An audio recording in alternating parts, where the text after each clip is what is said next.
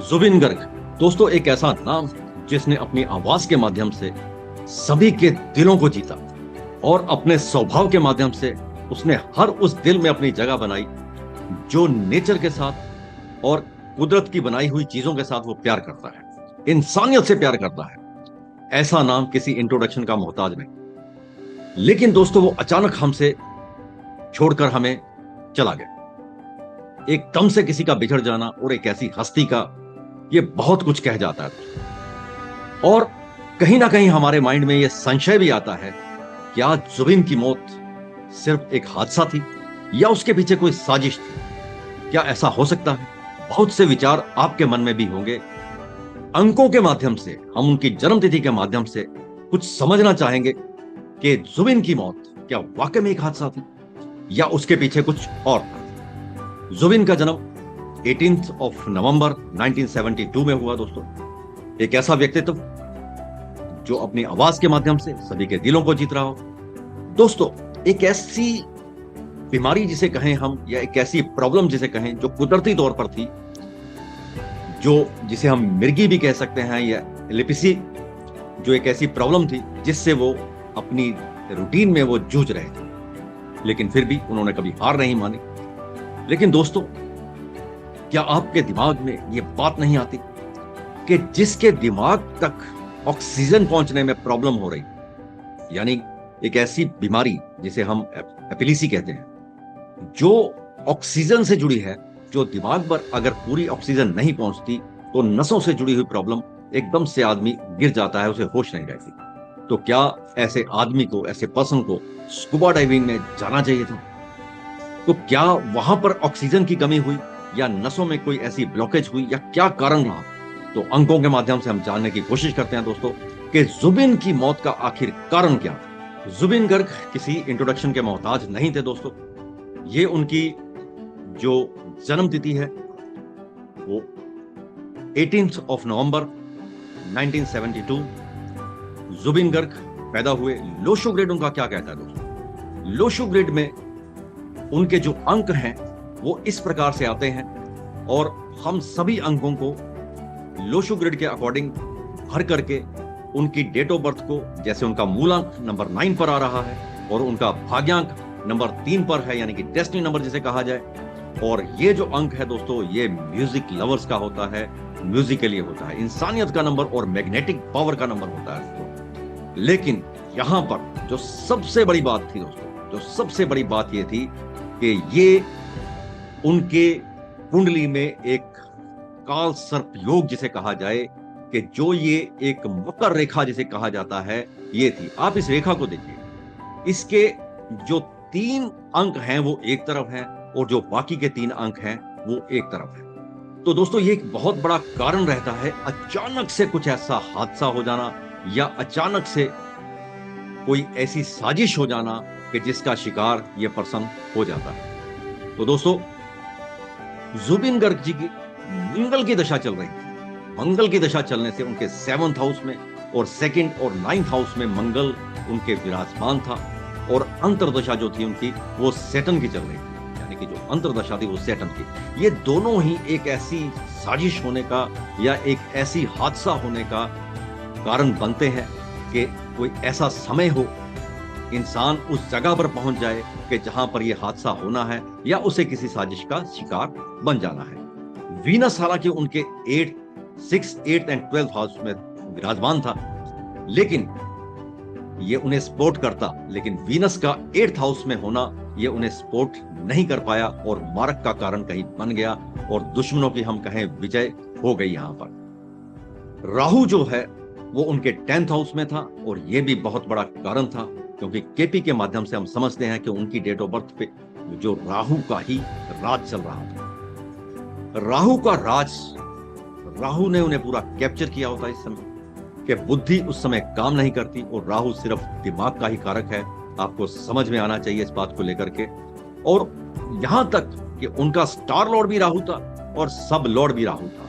तो ये आप समझ सकते हैं, जो इस थोड़ी सी भी इस विद्या को जानते हैं, वो समझ सकते हैं कि यहाँ पर कितनी बड़ी प्रॉब्लम ये क्रिएट थी कि उन्हें उस डायरेक्शन में जो साउथ ईस्ट में बन रही है, यानी कि सिंगापुर जो साउथ ईस्ट में स्थित है, वहां उन्हें नहीं जाना चाहिए था।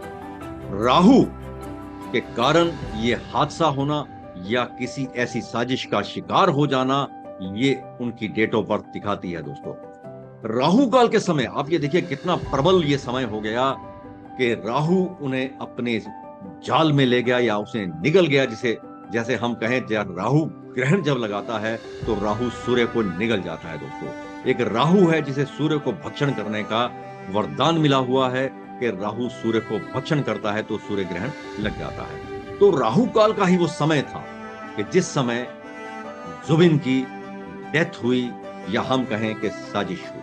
तो दोस्तों, ये दोनों ही चीजें हैं निकल कर यहां पर आती हैं कि जुबिन जो साउथ ईस्ट में गए और राहु काल के समय में उनकी डेथ का होना यह दिखाता है कि जुबिन जो एक हादसे का या एक ऐसी हम कहें कि एक साजिश का शिकार हो गए।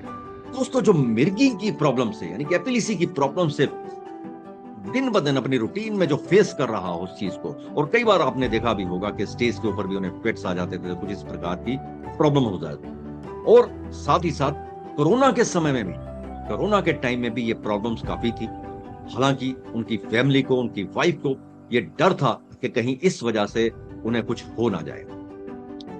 दोस्तों, आप ये देखिए कि उन्होंने अपनी कोई संतान नहीं थी, हालांकि उन्होंने बहुत बच्चे अडॉप्ट किए हुए थे।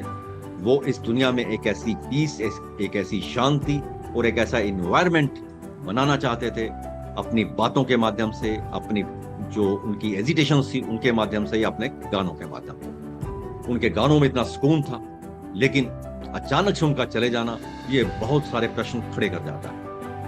दोस्तों, जुबिन वापिस आएंगे। मैं ऐसा क्यों कह रहा हूं कि जुबिन वापिस आएंगे?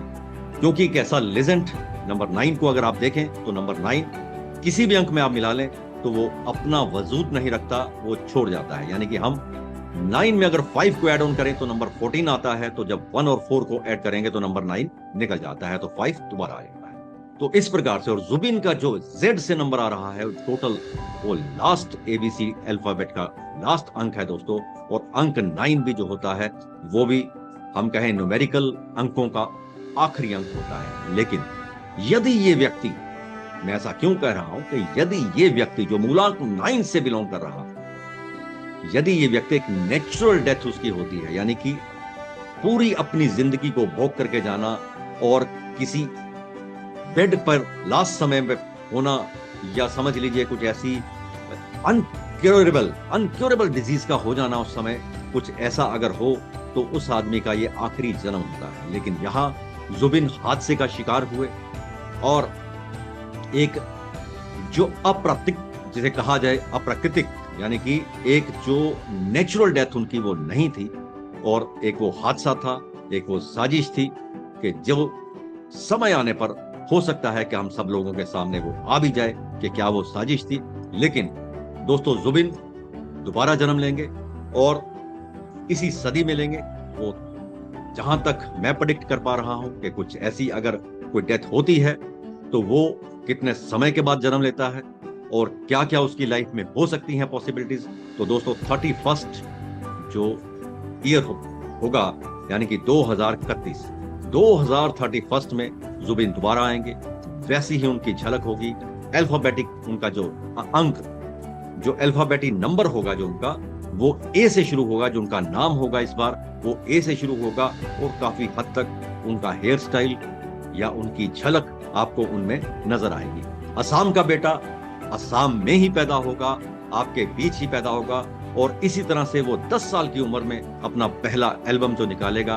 क्योंकि आप देखिए कि जो पहला गाना था इस बार जुबिन ने 9 वर्ष की उम्र में निकाला था। तो जो अगला गाना निकलेगा, उनका जो अगला जन्म वो लेंगे, उस समय अंक 1 पर आएगा, तो 10th अपने ईयर में अपना म्यूजिक एल्बम देंगे। तो दोस्तों, ये छोटी सी श्रद्धांजलि थी मेरी जो जुबिन जी के लिए। तो मैं आप सभी से निवेदन करना चाहता हूं कि बृहस्पतिवार वाले दिन आप सभी लोग प्रार्थना कीजिए उनके लिए, हो सके तो व्रत कीजिए, तो हो सके उनके लिए प्रार्थना कीजिए ताकि जुबिन हमारे बीच दोबारा आए और इसी तरह से हमें अपना प्यार, अपने गाने, अपने म्यूजिक से सराबोर करें, आनंदित करें और हम सबके बीच हमारा जुबिन वापस आए। मैं आपका दोस्त डॉक्टर राज एम लूथरा, न्यूमरोलॉजी और वास्तु कोच, आपसे विदा लेता हूं। राधे राधे, धन्यवाद।